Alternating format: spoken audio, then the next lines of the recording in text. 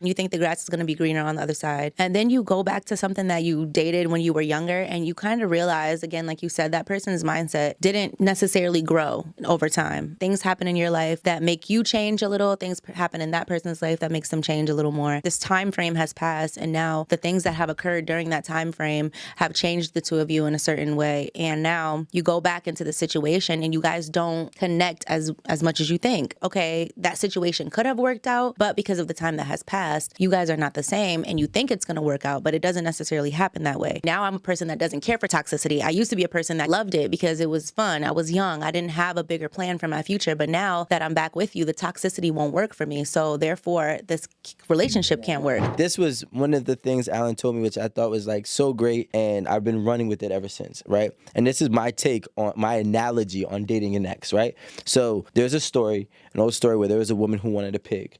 Okay, this woman wanted a pig, and she was a very rich, wealthy woman. Mm-hmm. She got the pig, she got the baby pig, and she dressed it up in all designer. She put diamonds on it, diamond necklace, everything. She made the pig everything that she wanted, right? And then as she, had the pig, one day it started to rain, right? And she got caught in the rain. Mm-hmm. And the pig almost broke her arm to jump out of her arms so it could run in mud. Mm-hmm. Mm-hmm. At the end of the day, the pig is still going to be a pig. It does not matter what you want it to be. Mm-hmm. It does not matter what you want to dress it up as. The same goes and the same rules applies as people. That person is what they are, and it's important to accept what they are, which is most likely, not all the time, but it's most likely the case that they are an ex and not a current. It seems like, oh, people are who they are. Like the pig is who they are. Accept the pig or don't accept the pig. How about we blame the woman for being foolish enough to believe that she could dress to wear Gucci? No, that's what I'm blaming. Okay. Not just the woman, but that woman in an analogy. Yes. I'm blaming the person to not understand that you can't make anybody be what you want them to be. Right. I don't care how much money you have. I don't care how much power you have. I don't care how much popularity you have. You can't make somebody be what you want them to be. You could date a girl, you could be a guy, you could date this girl because she's beautiful, but guess what? She's not a wife. And you can't make her be a wife. You're a woman, you're dating this guy, right? And he's just an asshole. And you want a gentleman. He can't be a gentleman. And you gotta understand that instead of trying to mold and change people and give people every reason to change, you just gotta give yourself every reason to move on. If I had to take a poll, right, and this is just an educated guess stat, I would say 80% of people who left their ex and doubled back to their ex is because they thought that they can qualify for something bigger or better, and they don't. And so they realized that what they thought their market value was and what they thought they could obtain, they can't. So now they're trying to go back to where they technically belong. But like you said before, that doesn't mean that person is going to accept you back,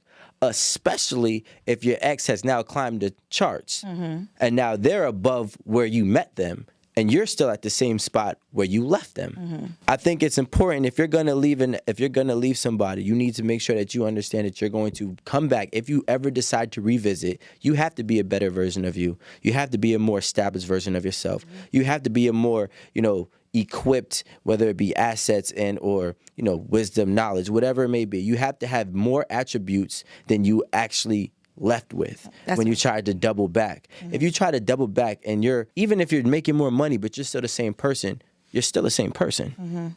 You know what I'm saying? So those are just my tips. Unless money was the issue, which for the case of marriage and divorce, they say that that's the number one reason why people separate. I want to go back and I want to tie both of your points together when you were referring to, men being able to step out of their relationship because he is the sole provider or whatever the case may be. Historically, that was the norm, right? And I want to tie that into what's happening right now in terms of doubling back, right? Some people double back after the infidelity has happened in the original relationship. You know why? Because it takes an actual, conscious, aware person to understand that being unfaithful does not mean you're being disloyal. If I'm still doing everything that I was doing for you, okay? If I come home and I make you happy, if I take care of home, I take care of kids, I do everything, I'm the workhorse, but you caught me stepping outside, that doesn't mean I was disloyal. That means I was unfaithful. I agree. I still never stopped doing the things that I promised to provide for us. And I still never stopped making you unhappy. Granted, if you are doing, stepping out because there is an unhappiness, that's way different. I'm gonna just go on a tangent a little bit. Sorry. I love it. But thought-provoking. Now, when you're with a woman, right? She's doing a lot of things to bring. When you're with a woman that you love, obviously she's bringing a lot of things to the table that you obviously need and desire. So if she steps out on you, you once said that you won't take that woman back. Why? That's not what I've ever said. Actually, in fact, I love correcting people. In fact, the way I actually got my job at 8 at the table, the way I got my job at 8 at the table was saying that if I was doing it, especially if I was doing it as well, I got to charge it to the game. And I realized that life, first of all, I stepped out in other relationships. So if I'm in a good relationship, and most men are probably going to deny it, but I realize that most men are just going to deny it to themselves. Mm-hmm. If you're in a good relationship with a woman and she steps out on you and she was still doing everything that she needed to do, granted, it depends on how she steps out. If she built the relationship, that's one thing. Mm-hmm. We're talking about like maybe a girl's trip. She fuck around and fuck Drake. I'm going to be mad. I think I did. I do remember you saying, okay. I'm going to be like, yo, I got to charge it to the game. You know what I'm saying? That's just what happens. Bitch. You know what I'm saying? But if you go out and you go get a Pico and not a Rico, then we have an issue. Like, you're not gonna go below this. Nah, I know you're just desperate. Okay. But that was just to clarify. But back to your point though, about the loyalty, disloyalty, unfaithfulness. So that is so key. When I work with my clients, I ask them, what do you want? Like the notebook, like, what do you want? Yeah. And many times people use this term of, I want someone who's loyal. And that's not the word that they actually, I'm like, let's Google it. Like, are we sure that the words that you are using and the attributes that you're looking for is actually descriptive of what you want? And that's exactly it. Like, I want someone who's faithful. Mm-hmm. Okay, so then that's a different animal. So I agree with you 100% in that regard. Back to your comment, though, of how many times are we going to accept the unfaithfulness? Like, what are the circumstances? Like you said, the Drake versus the Pico. Like, what are the circumstances that are, I don't want to use that word, but it is what it is, like, acceptable? And then also in your case, you said charge it to the game if you were doing dirt, if you weren't doing the dirt. No, I'm talking about even previously. Yeah, I've already did my, listen, karma is coming. I don't know how she's coming, but if it coming, like, well, I guess this is what I deserve. This is what happens. Right. So you just want to just deal with it. I know what I was, listen, I know everything that I did in my life. It wasn't the most reasonable, right? But, you see the foot tap? I do think that disloyalty and unfaithfulness can go hand in hand, though. Yeah. Because you're unfaithful, but still be loyal to me. Like, I understand what Rico was saying, like, he's still doing all of these things, but what are you telling this side bitch? Like, what are you telling this girl that you're cheating? Are you saying, like, my wife at home is a piece of shit, like, oh, she's so annoying, blah, blah, blah? You're disloyal. Yes. Mm-hmm. But if you be like, I'm fucking you, but I love my wife. Like, I'm not leaving her. This is not like we're not going to be in a relationship. Like, I love her. I'm going back. I can't. How you talk about that's me right there. How you talk about me behind my back is you being loyal to me. Mm-hmm. So I feel like that goes. And they love it. They love it. Women love that. It's sickening. Ew. Women love. If you tell a girl, no way, yo, listen, we about to mess I'll be loyal. If we about to mess around, but I'm telling you right now, I love my girl. Do not fuck my shit up. Some women would be like, wow. Don't even talk I about want that. Yes. I want that too. Like, no matter what. Right now, but don't be talking shit about my girl. No, yeah. What? I will fight you. Like, we can fuck. You better not talk shit about my wife. Like, but women love that because at the end of the day, this is what I believe. You know what I'm saying? Hey, I could be in my own space. And that's what we have to marry, guys. That's what we have. That's what, like, somebody that's going to tell me, like, I'm going to cheat on you, but I had your back. No, like, I'm not saying this is what we should want, but I'm just trying to it's the reality. Let them know how I'd rather be alone. Loyalty. You know how many? I would rather be alone. You wouldn't rather be alone. You'd rather be lied to. See, that's the thing. There's so much infidelity. And, for a long time, even here at 8 at the table, I fought to not say normalize infidelity, normalizing the act of cheating. Mm-hmm. But guess what? It is more normal than it is unnormal. And we need to start to embrace it. And there's some people who need to actually be like, yo, you know what? Cheating on me isn't a full deal breaker, depending on how many times it happens. Okay, fine. No, but if you that and I got cursed, don't let me find out. Okay, fine. You said that what? Literally, it was reposted today where I said that. I said that on a podcast before, that I said, I am married, right? I am legally married to my husband. And if he cheated on me one time, and again, depending on the circumstances, that I might not necessarily divorce him. And the thing is that most women, and I would even say people, would say the same thing, but they don't want want to say it aloud because it's awkward or it's embarrassing. A lot of folks, I'm not doing 50-50 with a man because then that means we're roommates. And most of those bitches is doing 50-50. They just don't want to say it aloud because the expectation is that as a woman, these are the standards you should have. And people are lying, and they're lying because of social media. They're lying because of pressures. They're lying because of society. 9 times out of 10, folks are forgiving their wives, even though men will not admit it. And they are forgiving their husbands, even though they don't want to admit it. They are. Is it that relationships get like boring maybe, or there's not enough sex in the relationship? Like, what is it that makes people decide, all right, you know, like, because in that case, why even be in a relationship if that part is just not fulfilling? I think that there's something that's lacking in the relationship, and I would even venture out to say that it's not even necessarily the quality of sex or the quantity of sex with their actual partner. It's not even that. I think sometimes people don't feel seen. They don't feel appreciated. It's the attention that this new person offers. A lot of times, especially if you speak to women, they don't even intend on the sexual act. They don't even intend, like, they don't even care about actually having sex with this outside person. It's the phone calls. It's the text messages. It's the compliments. It's the gifts. It's the dates that are more attractive. And then by default, eventually, like, well, I might as well have sex because that's the direction we're going in. But it's not even about the sexual act many times. So there's been possible times that you considered doubling back to an ex. What was the one thing that was pulling you back personally into that old relationship? Just the vibe. Loneliness. Damn. Just the vibe.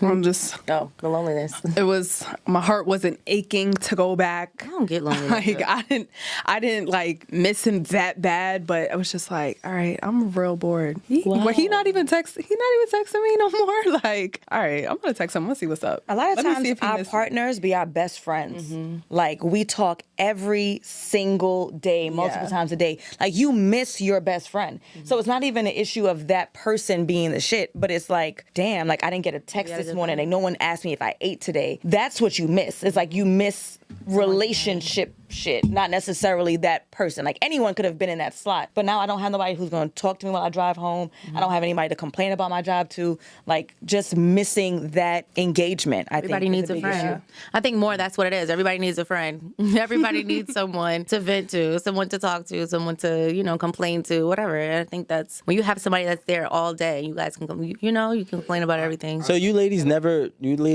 wanted to go back to an ex. But see, I think I was more busy because I don't even remember like feeling lonely. Like, oh, I want to just talk to somebody because I'm lonely. I'm just like, I can't even really remember ever being like, oh, I'm so lonely, I hate it here. I don't know, like, So my question is, that I just personally can't really. None of you ever was like, hey, maybe I might want to consider giving my ex a second chance or a second stab at it because they were a good person? Like, I mean, good person doesn't mean good relationship. Well, they were a good person and maybe you did have a good relationship. I'm just trying to figure out, you know, did you have a good relationship that, you know, met some type of obstacles that, you know, led you to split up, and then maybe you know, like, thought about, like, you should give another stab at it? Yeah, no, I mean, I told you there's one situation, yeah, but I just... Because you said the vibe, but what is the vibe? Like, what was the vibe that made you say, hey, I should give this another chance? We had a good mindset together. We both had the same, like, goals, and we felt like we, you know, together we were just, like, we complimented each other. Even when we would go outside, we would always get compliments, like, oh, my God, you guys look great together, you know, like, that shit feels good. You know, you're with someone,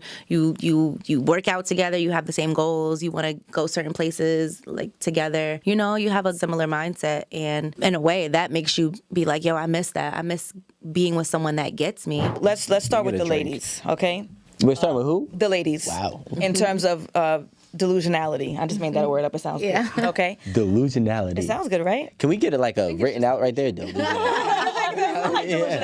All right, man. It's not reality. You gotta put now. One of the biggest issues, salary. The expectation that their man or the gentleman that they're dating should be making this six figure number, okay? Now, we're in the tri-state area, so I understand the desire to want to be with someone who's making six figures because you kind of just need that in order to function, right? But this expectation that that's what someone should be earning in order for them to be worthy of you is impractical, and I'm going to tell you why. That they could lose their job in any given moment. So if you're giving someone a chance based on how much money that they make, and tomorrow they are unemployed and homeless or whatever it is, then you're now stuck with the dude who's unemployed or homeless because you only messed with him because of how much money he made. Secondly, it's not about how much money you make, it's how you manage it. Somebody could be the top cardiologist at a hospital making $400,000 and they own 10 cars and they have 4 houses that they're underwater and they're paying child support and alimony and they're broke every week. So looking at a specific figure as a measure of whether or not you should date someone is problematic, and it's not going to work. So that's one of the biggest issues that I see with the ladies. Secondly, with the ladies, height. In what world does someone's height dictate how well they're going to treat you or how good of a husband or father they're going to be? There's nothing about that man's height that's going to make him a better human being. So, and again, I'm not saying that you should be dating folks who are necessarily like super shorter than you, but you're 5'2" and he has to be 6 feet. Why? Yeah, why? It's unreasonable. Even in your tallest heels, he's still going to be taller than you.